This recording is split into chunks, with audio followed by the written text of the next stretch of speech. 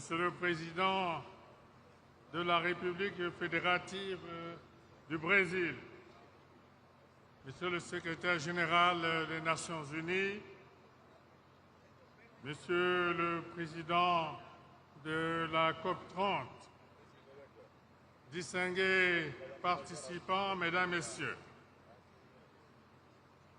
je voudrais adresser mes sincères remerciements à Son Excellence Monsieur Luiz Inácio Lula da Silva, président de la République fédérative du Brésil, ainsi qu'au peuple et au gouvernement brésilien pour l'accueil chaleureux qui nous a été réservé à ma délégation et à moi-même.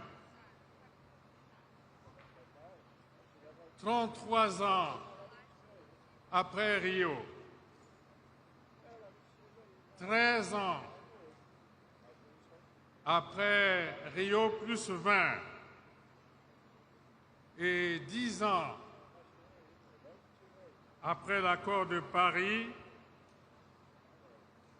la COP 30 qui se tient après celle de Bakou en 2024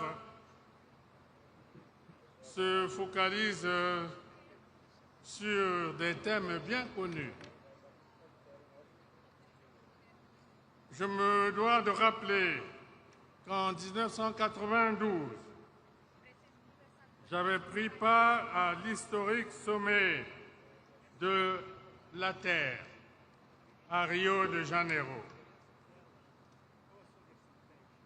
Les principaux enjeux de cette rencontre portaient entre autres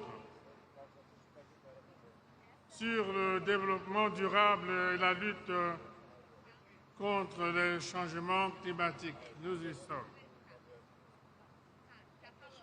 La préservation des forêts, des tourbières et des ressources en eau. La coopération et le financement en matière d'environnement. Et aujourd'hui, 10 ans après les accords de Paris de 2015, force est de relever le fossé béant entre les ambitions proclamées et la grande insuffisance des efforts réalisés, sinon la quasi-impuissance du monde entier face au dérèglement climatique. Plus que jamais,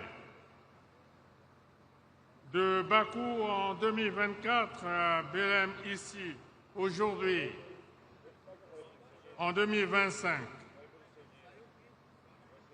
la responsabilité dans l'équité au service de la survie de l'humanité nous interpelle tous sous l'emprise des incertitudes inhérentes au retard des réponses à apporter pour réduire le réchauffement climatique, aux promesses de financement non tenues et toujours attendues par les pays vulnérables en appui à leur lutte contre les changements climatiques et en lien avec la transition énergétique.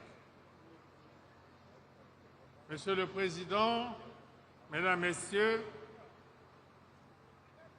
depuis plus de 4 décennies, mon pays,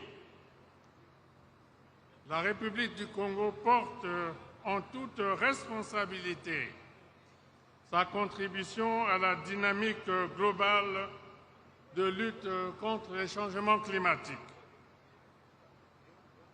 Le Congo dispose aujourd'hui de plus de 4 millions d'hectares d'aires protégées, soit 13,5% du territoire national.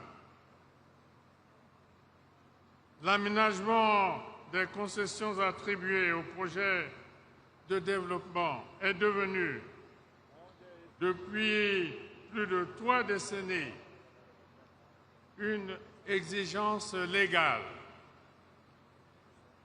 Plus de 9 millions d'hectares sont aménagés et plus de 3 millions en cours d'aménagement, la moitié étant déjà certifiée selon les normes internationales.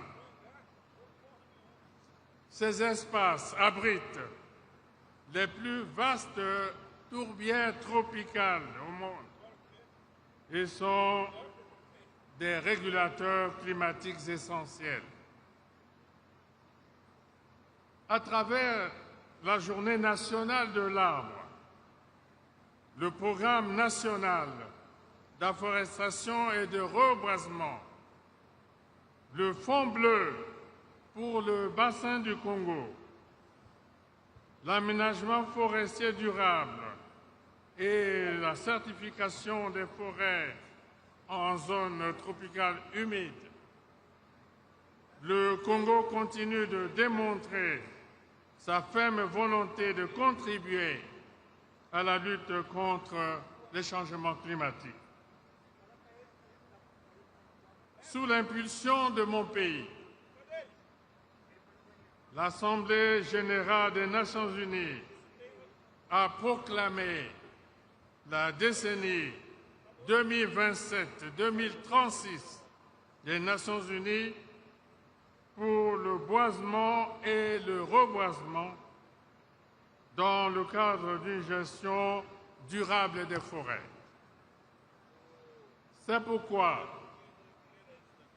j'encourage l'initiative du Brésil de créer le Fonds pour la préservation des forêts tropicales face à la crise de la déforestation tropicale. Cette initiative, qui rejoint celle de la Commission climat du bassin du Congo, avec son instrument financier, le Fonds bleu pour le bassin du Congo, est d'autant plus louable qu'elle se met également au service des peuples autochtones et des communautés locales qui sont les premiers gardiens des écosystèmes les plus riches en biodiversité du monde. À propos, mon pays, qui dispose d'une loi qui assure la promotion et la protection des peuples autochtones, a abrité il y a peu le premier congrès mondial des peuples autochtones des 3 bassins forestiers tropicaux, l'Amazonie, le Congo et le Bornéo-Mékong.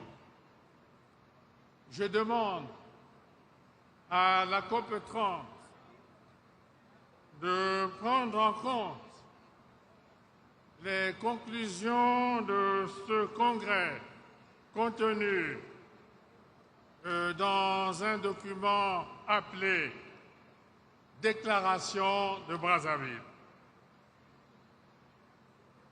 Une mise en œuvre en synergie de toutes ces initiatives ne pourra avoir que d'heureux effets pour le bien de l'humanité. Enfin, je tiens à réaffirmer l'engagement solennel de mon pays en faveur d'une gouvernance forestière fondée sur les principes de durabilité, de souveraineté écologique et de solidarité intergénérationnelle. J'exhorte les nations nanties à accompagner financièrement les pays en développement dans leurs actions d'atténuation, d'adaptation et de prévention, tout en accordant une attention soutenue à la compensation des pertes et dommages liés au dérèglement climatique. Et je vous remercie.